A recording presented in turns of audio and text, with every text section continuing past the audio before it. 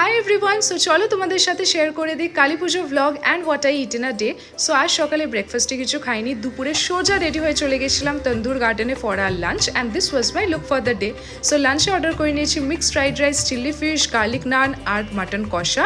Chilli ফিশটা যে সেরা ছিল খেতে। তারপর বাড়ি ফিরে সন্ধেবেলা মাকে একটু দেখতে গেছিলাম আর বাইরেটা মোমবাতি দিয়ে সাজিয়ে নিলাম। তারপরে শুরু হলো আমাদের বাজি ফাটানোর সেশন। তো ফার্স্টে তো নর্মাল ফুলঝুরি দিয়ে স্টার্ট করলাম, তারপর এক এক করে ঘট বাজি, চরকি সব ফাটালাম।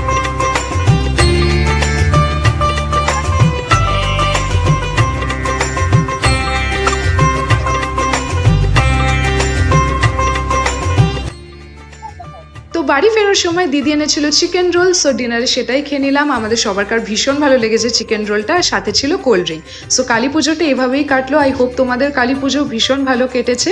ভিডিওটা ভালো লাগলে অবশ্যই একটা লাইক করে দিও আর দেখা হচ্ছে পরের ভিডিওতে। Bye bye.